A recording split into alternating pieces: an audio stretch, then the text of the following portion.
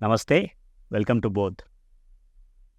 The civilizational discourse can be confounding, not just for the novice, but also for those who consider themselves to be experts. Every single day you have new contestations, new vocabulary, new ideas, new temperaments, new positions, and several options for us to feel angry about. The idea that we have through Bodha is to actually elevate this discourse, which seems rather amorphous at this time with multiple points of view talking past each other, into some central distilled ideas that can help us build a concrete agenda. For example, we have the idea of certain vocabulary to describe the positions taken by people within the discourse or within the Hindu spectrum. How do we actually organize that into a structured framework? More critically, how do we actually make this a learning pathway for young people who are looking to take a position? So how do we, in other words, bring responsibility into the discourse? That we are not here just to express our ideas and display our temperament, but to actually help build a role model for young people to emulate. And that must obviously include the ability to represent diverse points of view, the ability to hold on to your ground, the ability to express an opinion, the ability to also be in touch with your own vulnerability, and the ability to reflect on your own views and see how they evolve. All of these things, we hope through a series of conversations, which in fact for us at Brihat is more of a representation of how we engage with each other on a daily basis and the culture that we have in the team. It's an opportunity for us to broadcast how we are learning to the rest of the Hindu discourse. In the last episode, Pankaj, we've tried to summarize what the Hindu movement has been like in the last 150 to 100 years. You helped us just structure some thoughts around the key movements, the key thinkers, the seminal incidents, and the important convergence and also divergences within the Hindu movement. We spoke about the cultural nationalists, we spoke about the political nationalists, we also spoke about the quirk of history, how small little incidents involving extraordinary characters can sometimes drive the fate of movement itself. Yeah. So I think where we've ended, that was a recognition of the current movement we are in, right?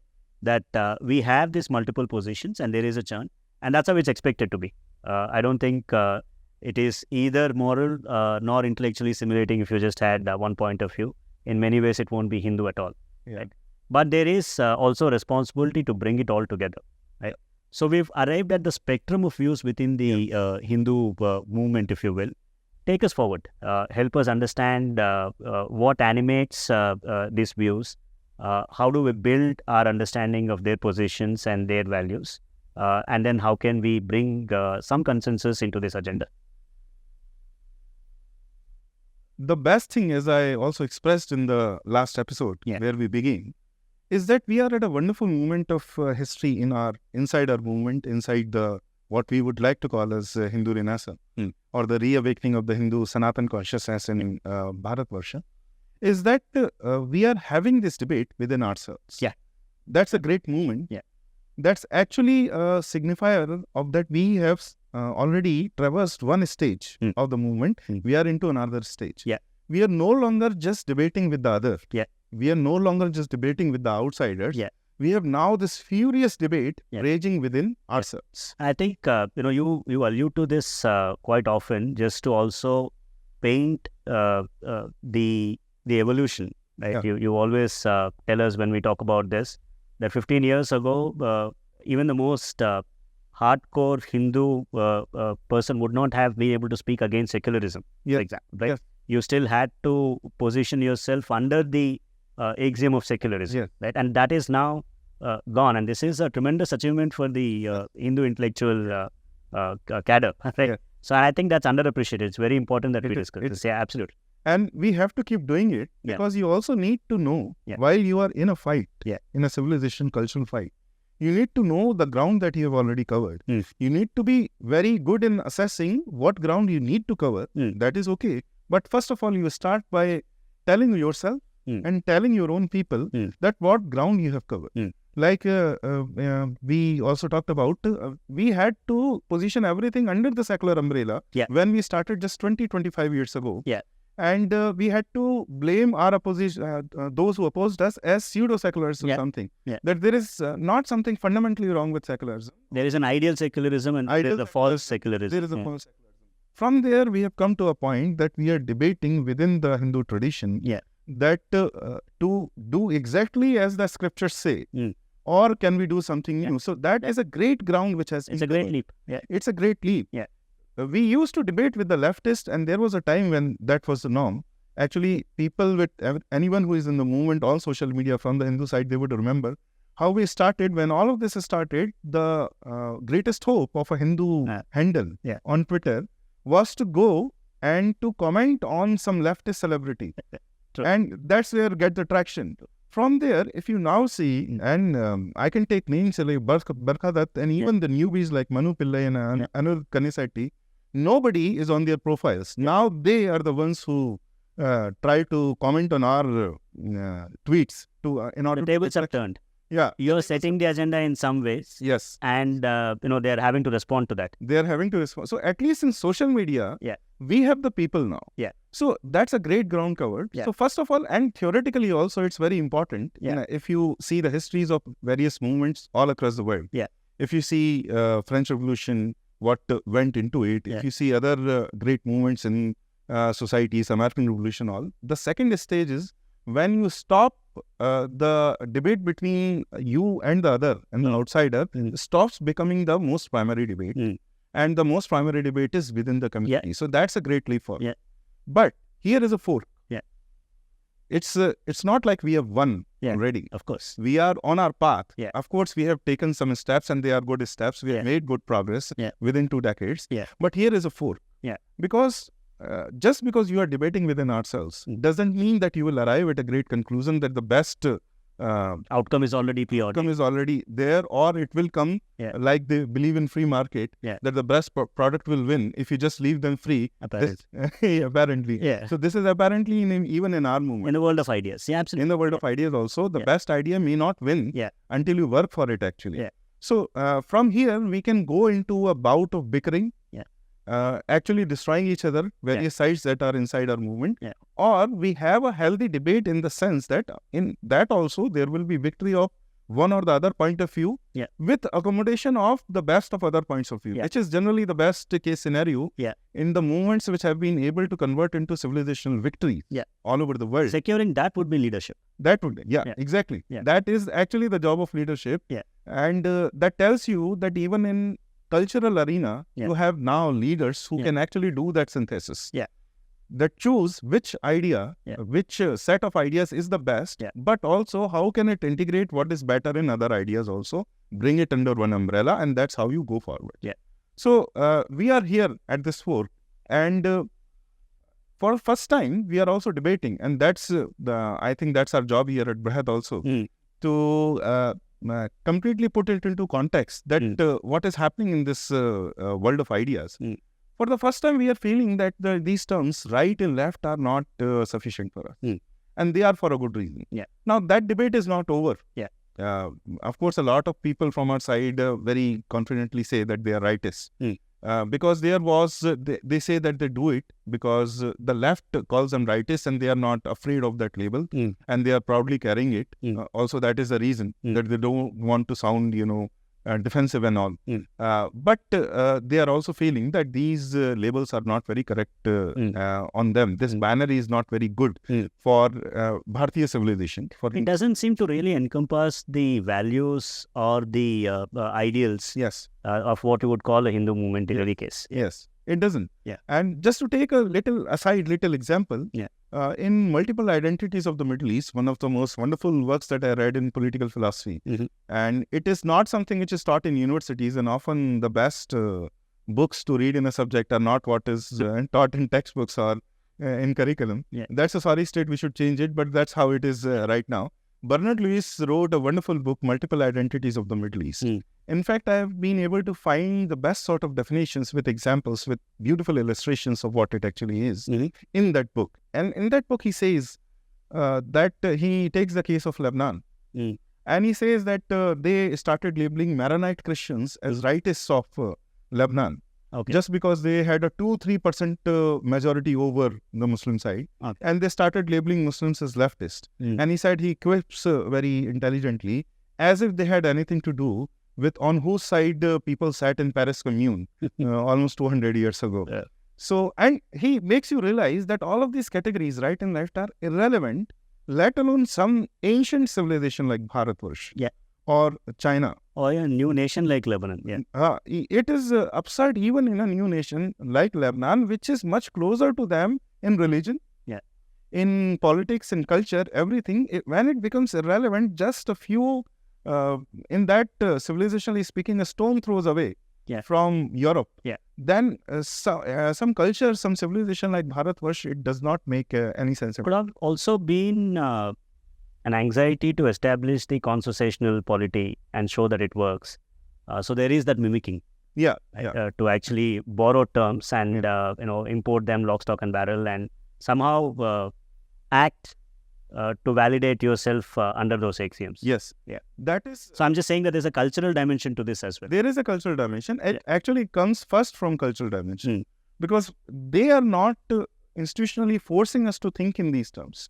They can force culture on us in different ways, not directly, indirectly, but they are not exactly forcing us. We are the ones who like to think in these terms, that there is right and left in India exactly like there is in the West. There is an illusion of choice. You're made to feel like you're opting in, but this has been preordained. You have to choose one side or the other. But when a Hindu tries to choose these sides, he will find that, of course, both of these sides are almost completely useless for someone who comes from a great civilization framework like Hindu civilization. Left, we had already decided, even 20 years ago, we had decided that left is not something which is us. Because it never was. It never was. Very clearly, also very visibly, it came from Soviet Union first and then China. Not just historically, but just philosophically as well. Anything that is godless. That doesn't. It will never appear. It doesn't land in the Hindu consciousness at all. That's why it never landed in India. Even those parties which became successful in Bengal, if you see, they will use godlessness in their text, but on ground they had to perform the puja. They had to perform puja, Durga puja, and all. So even here they perform. So in India that would not take. Left, we had decided that that's not something conducive to our culture. Actually, those people, those individuals, communities, and in India who go by the title of leftists, they are very decidedly anti-India. They not just anti-Hindu, they find all sorts of faults with Hindu dharma, with Sanatan dharma and Bharatiya civilization. With the very idea of India, they don't agree. Any idea of India, they don't agree. They say that it's an imperialistic sort of oppressive idea which is imposed down on people. So they very clearly say that we are leftists because we don't buy into any of these ideas. Any of this, But the other side, because they managed to project that the other so-called Hindu side is rightist, just because Hindus are majority in India. So a lot of our organizations and individuals started taking up that title rightist, that what is a Hindu right in India, that it's good to be rightist. Right-wing. The right-wing ecosystem, and all of those phrases we have heard all this time. And in one way, it was okay that they were no longer afraid of being called rightist. Necessary also, perhaps, to a certain degree. To a certain degree and up till a certain time. Because at first they were very guilty that someone would call them rightist. And it's in our living memory. If you see just before 2000, the kind of debates, if you listen to even some speeches of the great Atal Bihari Vajpayee, our former Prime Minister, if you would listen to the speech of what they would used to call as firebrand Hindu leaders like L.K. Advani, and there is a famous speech where L.K. Advani says that what is this debate about which party is secular and not? We are all secular. We cannot be anything else. We are all secular.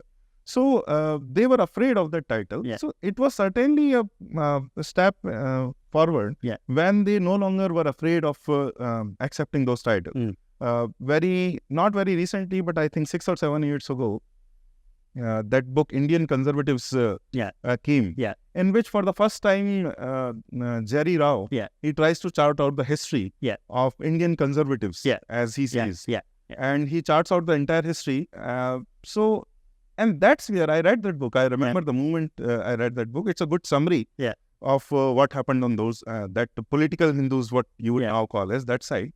When I read that book, I realized that there is something. Even before that, I had never accepted myself the title rightist. But when I read that book, I seriously thought that there is something very deeply wrong with this binary, rightist and leftist. Because if this is where we are coming from, if this is what then it's a very sorry genesis.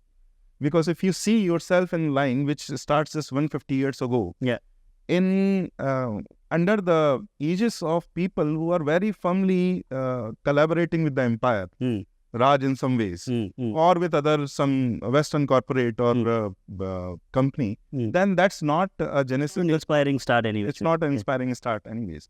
So that's when I started thinking that this right and left is not the right term for us. And now, when in 2023, actually it has become very much clear that right is not, that title is not the right term.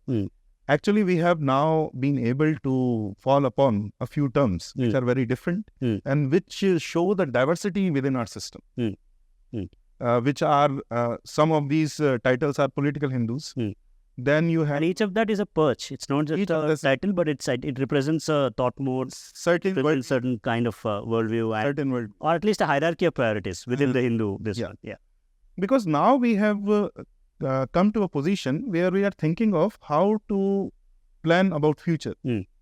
That what will be a Hindu future of Bharatvarsh? How will we govern ourselves? How will we organize our society, our state, our polity? So all of these thought processes, they are thinking on alternative ways of doing it. So that's certainly a step in good direction. For example, the first, if you just chart out some of these ideas, the spectrum that we have within the Hindu universe, it feels good to say that. That we have that spectrum now. We arrived there. We have arrived there at least. So the first and the most visible brand of this and the most numerous is what you would call as political Hindus.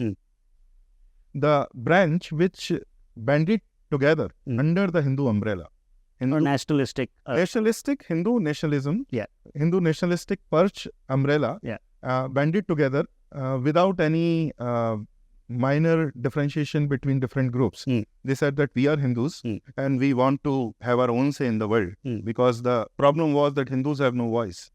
So this is the brand which came to rule in a sense because these political Hindus with a territorial consciousness as well, but they saw themselves as somewhat collaborating with the political upsurge that came in India after Ram Janmabhoomi movement. When Jan Sangh and its carrier Bharatiya Janata Party started getting more attention and people, because Congress had also run its course and BJP was becoming stronger and stronger. And as we saw in successive attempts, they came to power finally with Atal Bihari Vajpayee governments and then after Narendra Modi government. We don't realize this, but in the last 25 years, 15 years has been a BJP government. So that's already, it's a non-Congress government.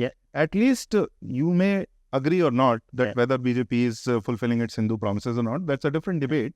But at least a party which is believed to and which claims to represent the Hindu issues. Which owns it up also. Which owns it up. So whether it will be able to deliver on those promises is a different debate.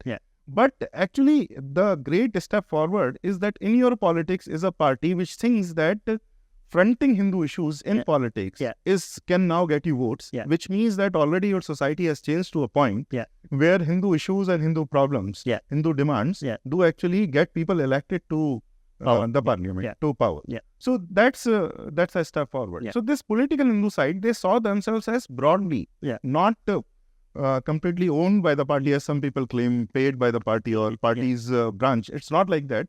But they saw themselves as broadly aligned towards what's happening in political arena, where Congress and all these rabidly secular anti-Hindu parties, they had their day and they were on their way out. And this new Hindu party, declaredly Hindu party, was coming to power. So these Hindus saw themselves aligned to them. But they saw the politics, of course, because their consciousness was extremely political. It was also natural. Because when you have politics which is ruling you, which is against your country, culture and civilization, the first reaction will also very naturally be political. And I think there's an important lesson for freshly minted intellectuals to not look down on that. To actually have a bit of empathy that this perch that you have as an intellectual is formed on the basis of the passion that the nationalists have first generated. I think it's an important thing that all of us should remember. Completely. That's very important. That at first, when there was no Hindu voice or no Hindu power, certain group of people, very nominally inspired by Hindu dharma, mainly by politics, they banded together under one umbrella. Like a battering ram, they battered at the gates of anti-Hindu parties and politics, broke it down, brought at least declaredly or nominally Hindu party to power. So that consciousness, and this is what the political Hindus did. That they have Hindu, they are very fired by nationalism, nationalist thoughts. They think of themselves very much in Hindu terms, political but Hindu terms. And very emotional bond. Emotional. They have a beyond emotion, nothing gets built. Without that, you cannot bring down a strong political ecosystem. When the whole world, actually your media, your academia, institutions inside your country and the institutions and at a global level which are working with the Congress party or any other party, the entire structures or incentives are aligned them to bring down that party inside India when the whole world is working against you, and to bring certain party to power. That's actually, if you just completely discount it, that's not insulting a party. That's not a difficult issue to have. That's insulting the political consciousness of those people, millions of people. Integrity of those people who came with genuine hopes. And they struggled a lot, lost a lot during that movement and came to power. I think it's a good opportunity to frame it as a habit of mind for young Hindu intellectuals. When we create certain categories in our mind, categories of people, categories of habits, categories of proclivities, and all of us do that. Right. Otherwise, you don't have a heuristic to work in the world. That's natural. But it's important that your reference point is not just that one person that you hate on Twitter. It is the million people who you might otherwise admire if you come to know them. And so, and this is a mistake I've seen young professionals make in from a corporate sense. Just because you have a bad manager, it does not obfuscate the need for management. And far too often I've seen young professionals who are and justifiably embittered because they've had a bad experience with their superior, start developing a dislike for the structure itself. I think that's a good habit of mind to discern between who is a representative versus what is the actual integrity of the top. Right. And develop some kind of judgment around it to balance both the perspectives.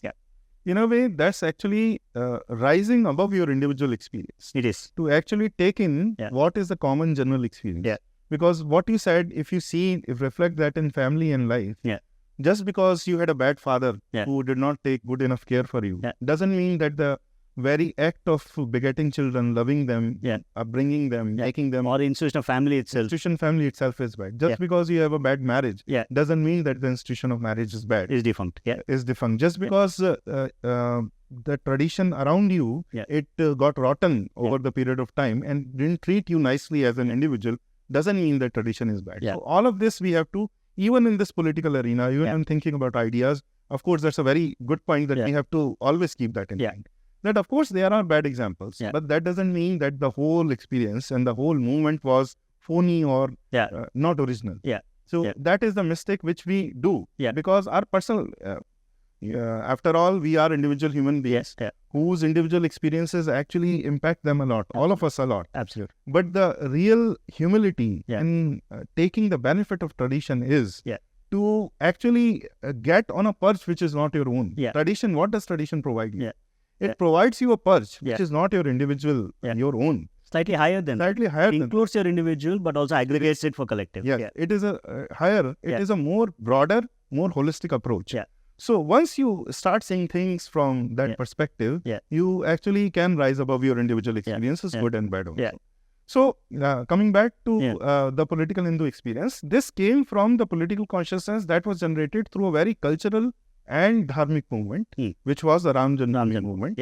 Of course, BJP came to power only riding on that the surge, that feeling of not just nationalism, very deeply dharmic Hindu religious idea, which got an upsurge during the Ram Janmabhoomi movement.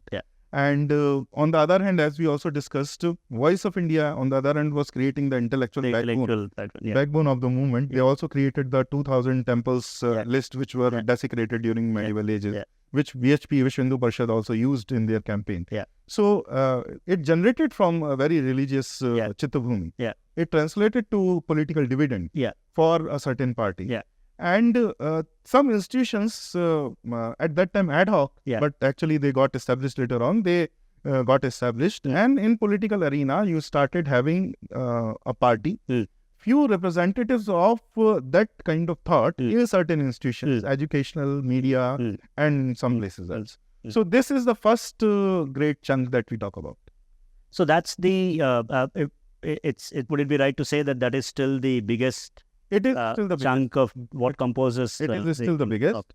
It has certain limitations. That it considers, it has a very territorial idea of nationalism. That this country, of course, a lot of them also argue for Akhand Bharat, from Afghanistan to Burma and all. But even then, they have idea of territorial nationalism based in this. It's a primal instinct. It's understandable. Because that boundary is very easily perceivable, especially in this modern contemporary time. See, there was a time when there were no maps, or most people were not even privy to something like cartography or maps. At that time, the cultural idea was natural to everyone. The Jambudvipa was the image. That time, you would not look at a map. You will hear to that wonderful shlok and have that cultural idea, which may not necessarily create that triangular shape of Bharat Mata in your mind, but it will create a cultural idea in your imagination. But now, it is also the effect of times that looking at a map, those boundaries are very sharp, very definite, and you have a very easy sense of nationalism. The word-image association is hardened. Is hardened now. So, there is an association with the territorial nationalism. Also, going with that, there is a reverence for the borrowed ideas that we have had with the territorial, with modern India. In which we imported constitutional democracy that we have now, in which we almost imported the constitution of Britain along with certain changes according to local conditions, in which we considered constitution to be the supreme, based on the narrative of rights rather than duties. So these are some things, as we will discuss also later on. These are not something very deeply Hindu or dharmic things. But because that was the only way at that time to actually get political power to Indians at least. They may not be very good Hindus or even Indians, but at least born in India, proudly proclaiming their Indian identity, at least they got to rule, self-rule in that sense.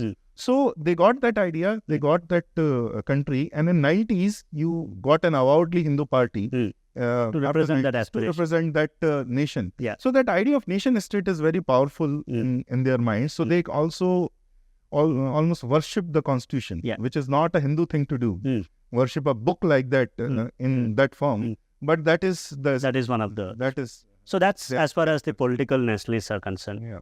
Take us forward to the next way to organize the Hindu civilizational spectrum in the discourse. So just like we were discussing that this political Hindu side, it banks itself on nation state, territorial nationalism and constitution based on the narrative of rights. Then there are, they have some communities, some, not just individuals, entire schools of thought, which do not agree with this idea. They also think that Hindus should rule, of course, their own country. We should be free and sovereign. That idea of sovereignty is supreme in everyone's mind. But they think that what we have politically is not enough. And some of them even think that far from being enough, it is actually also even now working against our own best interests. For example, they say that P.V. Kande, they quote P.V. Kande, and they say like he had an objection to the constitution. He said that I do not object to any particular article of the constitution. I object to the very spirit of the constitution, in which it is a narrative based on rights and not duties. Whether Bharat was based on whether you agree with a certain Dharma Shastra or not, our Shastras and the entire Hindu narrative is based on the narrative of duties and responsibilities and not on the basis of rights. So these are the traditionalists who say that this imported political design, imported constitution, imported institutions are not enough. They will continue the colonial imperialistic ideas that were imposed on us during the medieval era and that we are still suffering from. So through these institutions, which you think are good and inviolable. For example, electoral democracy, adult franchising, constitution based on the narrative of rights. All of these ideas, they, like modern state, thinks that these are inviolable. We should not even discuss whether they are important or not. The traditionalists think that this is not so. A lot of these ideas and institutions are actually working against the best interests of Hindus.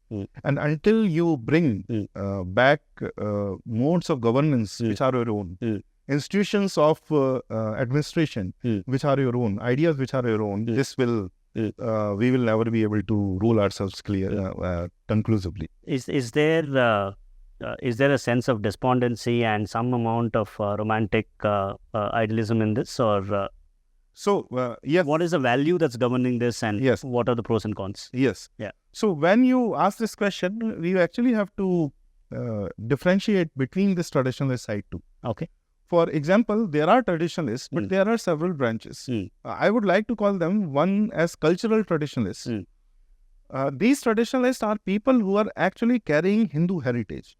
For example, the communities which are temple archakas, which are still living as Hindus would have lived before the Islamic invasions, in that Varnashram Dharma society, bearing their duties as their birth has assigned them, and without asking questions, without or even perhaps asking questions and having come to the intellectual conclusion that that system is right. That system is right, of course.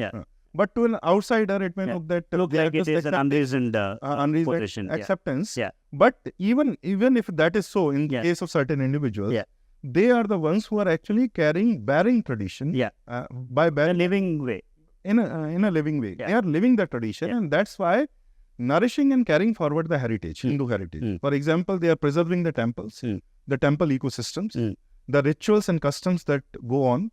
There are certain communities, both Brahmins and non-Brahmin communities also. This is a great misconception that only Brahmins are archakas. One survey, even in Tamil Nadu, found out that only about 52% of the temple archakas were Brahmins, which meant that around 48% were non-Brahmins. When I was living in Gujarat, I would go to a lot of Durga temples, which are called in Gujarat as Umiya Ma. Umiya Ma temples. And I was shocked to know when I inquired for the first time. I invited the Panditji to my home to perform a ritual. And he said that I am not a Brahmin. So I am not qualified to do that ritual. I am a pujari here. I take care of this temple, but I am not the Brahmin. I'll get you a Brahmin if you want to. So a lot of these communities who are bearing tradition, they are not just Brahmins. So it is wrong to think that only Brahmins are left with that. They in a large part are, but there are other communities also which are carrying forward this tradition. Then there are people who are still carrying or still Agnihotra, who are still performing yajnas in the Vedic way. They are communities who are still living in a way in which Hindus 5,000 years ago would have lived. So these are cultural traditionalists in various ways, in temples, in yajnas, in rituals and customs, in small communities. They are still bearing and living tradition. That's why that's how preserving it. These people have some despondence with the way society and politics are. So understandable also. It's understandable that everything, of course, nobody in his right mind would say that we have arrived completely. And that Hindu goal is done, achieved, and Bharatvarshas, that Akhand Bharat is done and all. So nobody is arguing that. They have some despondences with the system, that and society and polity also, that certain trends in society are not conducive to the Hindu way of living. And there is a general degradation set in society. Also with the politics, they have some genuine complaints and grievances. That is true. But what I have found, actually discovered, talking to all of these people, reading about them, is that they do not reject or discard the current political dispensation or the direction in which the politics is going. They say that there are deficiencies, there are still grievances, which they believe can be addressed. And the politics can move towards a greater Hindu polity. But they do not reject the trajectory of the current politics as such. There's no cynicism. No cynicism. They don't think that this can no longer be done. They think, of course, it has to be corrected, and it can go the wrong way also. They also warn. They're aware of it. They are aware of it. But they don't think it is irredeemable. They think that certain corrections can be made and they can become better. So these are the cultural traditionalists who are actually living, bearing the tradition. If Sanatan Dharma right now, all of these are also Dhyan and Sadhana sects who Guru Shishya, who are carrying the Guru Shishya Parampara. They preserve traditions and they initiate people into sadhana, into Diksha, and are continuing actually the sacred soul of Bharat together. Fundamentals. The Veda, the cow, the temple, the Guru Shishya Parampara. Guru Shishya Parampara, they are bearing all of them. So these are the cultural traditionalists. There is one more way in which they are can be differentiated from the other kind of traditionalists. They don't see a break in tradition, break in continuity of Sanatana Dharma. They see it as greatly diminished.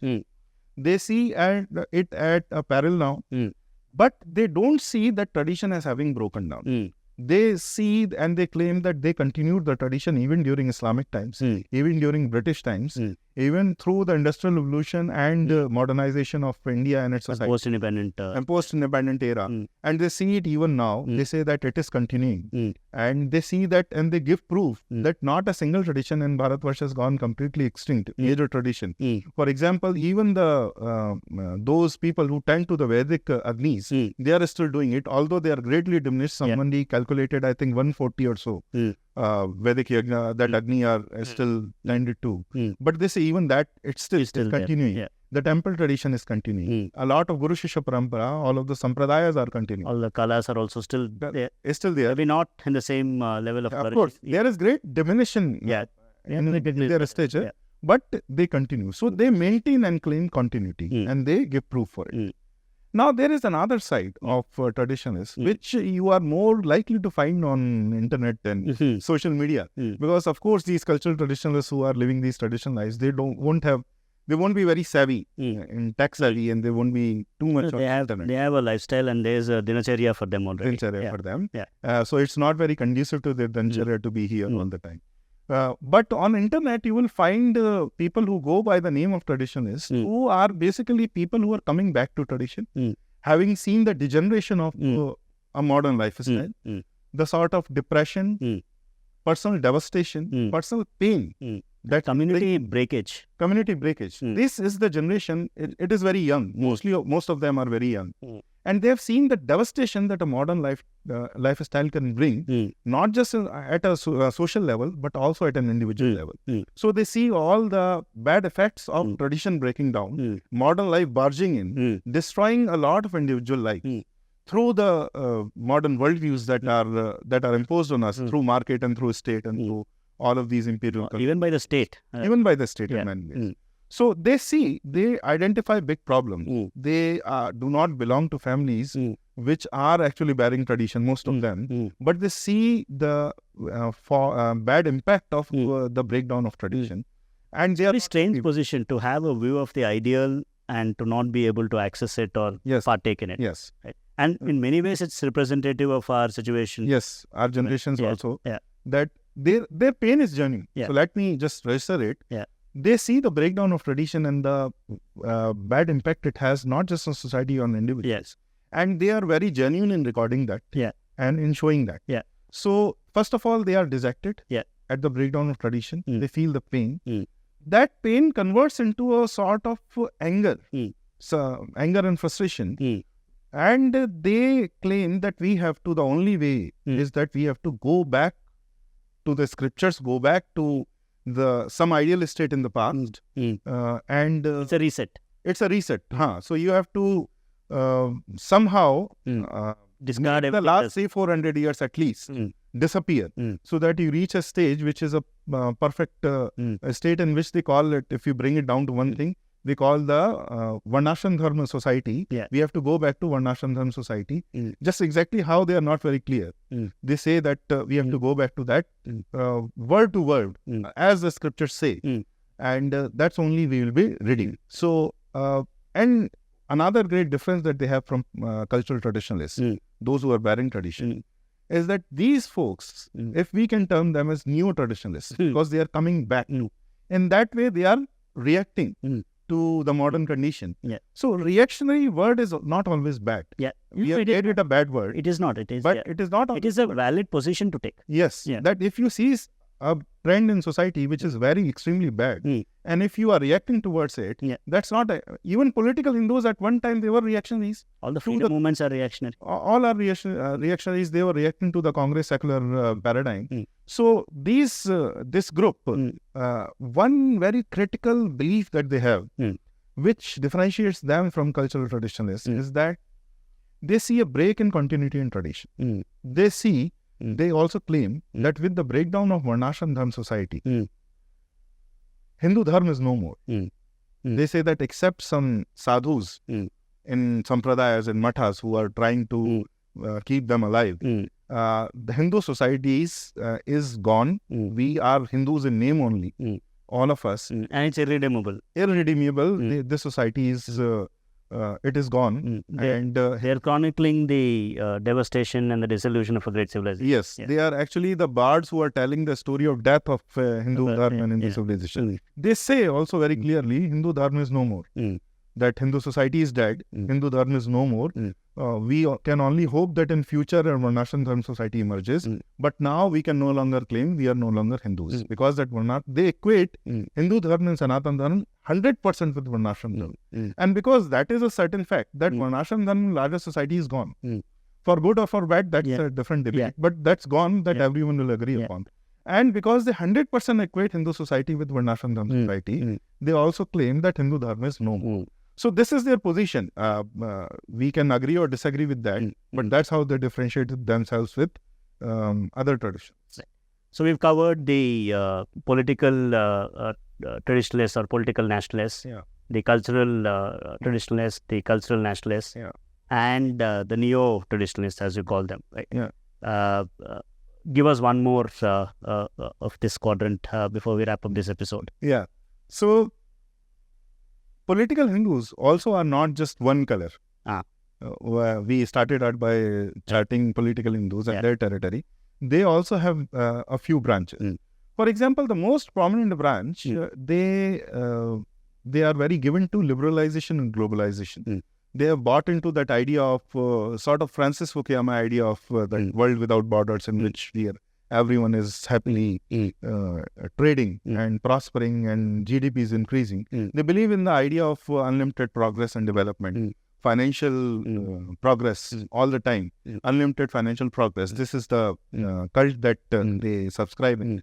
And they think that Hindus, in order to be powerful, in order to have a say in the world, they need to jump onto that liberal globalizing bandwagon. That just like South Korea did maybe and Japan did, we have to completely modernize by increasing our GDP, becoming an economic powerhouse, completely modernizing ourselves. And for that, if we have to jettison some values, it's okay to do so.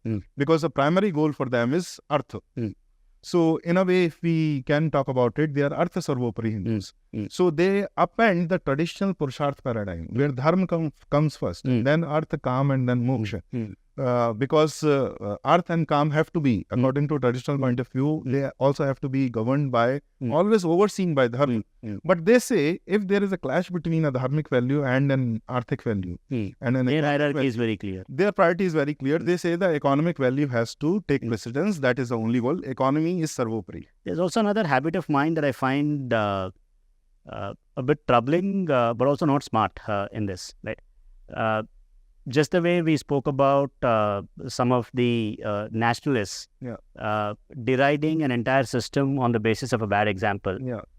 It is also fashionable for the globalists or the Hindu liberals, if you will, to look at the worst possible sample from a traditional setup and impute malcontent and malintent into the entire tradition. That is also not a healthy habit of mind. And if you are really a globalist, that's anathema, because that is the exact opposite of what a really global mind should cultivate. Right? So just even if your proclivity is towards this, I think you would be best served if you rise above that temptation, not to look at the worst possible example from the other. But this side actually does not do that. What you suggest, it takes the worst sort of examples, and actually what it does, it of course, thinks that economy is the supreme principle. That everything in dharma has to align itself according to economy and economic power. They also think what they do is when it becomes problematic, they have a vision for present and future in which they of course think that economic principle should always take precedence. Some of them, and increasingly so now, because the traditionalists are opposing them, saying that this is not the future you would want, and this is not a Hindu future. EVA become power families. So even the moderate is now turning towards tradition to try and have a way out. Because things are now going to extremes. Because as we proceed, one or the other worldview will win. And for that, this debate is actually tightening. So this economy, economic principle, as it becomes important, they say that we have a vision of future in which economy is supreme. Traditionalists argue that this is not a Hindu future. That you will be powerful, but as individuals, no longer as Hindus, which is their point of view. Which is, they are very justified in thinking so. But they go one step forward. They also backtrack and look back upon tradition in the past and say that it was because of these dharmic principles that we could not progress as such. So they see that Hindu idea... That's a radical departure. Radical departure. Not just in imagining a non-Hindu future. And also projecting it that back on past. They say that the Hindu idea of contentment is something which is holding our GDP. Holding us to consume more and more and more, which is the idea of always keep increasing. Why did we not have industrial revolution? Why did we not have it? Because of Hindu constipation in which they are not consuming as much as possible. So in that they think that we should actually remove that. We had that limitation in the past. That limitation we should now remove. And lot of those ideas, they actually going on to prove that it was because of a certain idea that we had, this idea of conservation, this idea of conservation of ecology. So, of course, because they believe in this rightist paradigm of limitless economic growth, they don't believe in all the... There's always a technology solution for a potential ecological problem. Ecological disaster, yes. So they don't believe at all, first of all, that there is an ecological problem. That ecosystems are dying, that we are in dire straits. Which is not rational. Although they anchor themselves on reason, it's the most irrational thing to do. Every rational point of view taken to the extreme will have extremely irrational beliefs in order to support that so-called rationalism. So for this rational economy to, if you blow it out of proportion, you'll have to be extremely irrational in every other sector. So when the ecologists, scientists and all the thinkers, when they present evidence to them, they just take the Christian Bible, actually a very believing Christian way. God will take care and we just have to... And technology could be that God today. Technology is that God. They say that there will be technological solution for everything. For cultural problems, for civilization problems, for ecological problems. So that they don't believe in, first of all, ecological principles. That they backtrack on Hindu past also. That we respected ecology, that's why we were constipated in this economic bonanza that we can have now. And that we should let go of those moorings and anchors of the past deeply in Hindu tradition if we want to become like America or like Western Europe. So there are many problems with that worldview. And actually this is you can call them Arthasarvopari Hindus within political Hindu. You can understand though why it is easy and it seems logical. Because that is the picture of the world you're getting. You wake up as a 16, 17-year-old and you consume the media that's coming in from the globalized world. All the products and so therefore you have to work very hard to unsee it and feel that you have something great. And that is a cognitive dissonance that that young people might not want to encounter. They would rather partake in what is there and enrich life. So it's understandable why that is happening, and it's also understandable from a geostrategic perspective that it is economies that rule. So the opposition to this philosophy, while being very clear on the habits of mind that are not acceptable, should also be responsible enough to recognize that there is a working model of the world that is feeding into this belief. So you will have to first educate yourself on the working model of the world, and then have this debate. And there is an exigency. In which is not of our choice. For example, I'll take a very small example of Arunachal Pradesh. That in Tibet, China has built highways which have reached all on India's borders. So they can, in a matter of hours, they can shift entire Chinese army, communist army to our gates. Now, Arunachal Pradesh has a very pristine biology. One of the most pristine ecosystems in the entire world are there right now in Arunachal Pradesh. And its geography is very difficult. There are some places in some districts, 400-500 square kilometers of areas in which there is not a single road, single paved road. It is that pristine. But this government wants to build a road on all the border, skirting the Arunachal Pradesh border, which is a very difficult thing because if you see the geography, the folds are vertical and not horizontal. So you have to go through hills and ravines, until at least 50-60 ravines you have to cross if you want to build that road. And that, in a way, will be somewhat ecologically damaging in some ways. And so you're faced with this tough challenge. But that is a tough challenge. Even economy-wise also. So if you're a public leader today, it's not an easy choice at all. Right? So your choice is to lose that by caring about ecology completely, or to make some compromise. Political suicide also. It will be political suicide for India, not just for the party, for India also. And the global economic situation is also like that. You have to have at least a certain amount of economic prosperity in order to at least have an army, standing army which can fight for you when some external enemy attacks. That is a reality that we also have to take into account. So there is, I think we'll have an opportunity to delve deeper into this because the game theoretical considerations that are exercised by nation states and leaders, where everyone is optimizing for the local while letting go of the global. Right. So your Proximo is local. What does the idea of nation state do to this? There are a lot of interesting conversations that we can have on this. But just bringing it back to the organizing vocabulary, which is the main goal of our first two episodes, that we have had a history of the Hindu movement, and the movement has landed us in a particular situation today. And one of the great, I would say, victories in the last 20 years is that we moved the discourse from the outside to the inside. So all of these debates are happening inside. And we should always recognize, acknowledge, and have a sense of gratitude for that. Within this, there are contestations. The contestations all come from habits of mind and moral principles that groups have given to themselves. So a good analysis of this would actually look at this entire macro picture. You've given us some vocabulary of political nationalists, cultural nationalists, neo-traditionalists, and also the Arthasarvopari globalists, the Hindus, right? All of these have a place in the debate. And the synthesis, as we take it forward, would actually examine the positions of each of these. And like we said, the goal of this is threefold. One, clarify and synthesize. Two, provide the working definitions for what these contestations are about. But critically also for that one person who is looking to make sense of this, give some ideas of what a good habits of mind of a civilizational thinker would look like. Right? Thank you so much. And then, we'll look at this in the next episode. Thank you.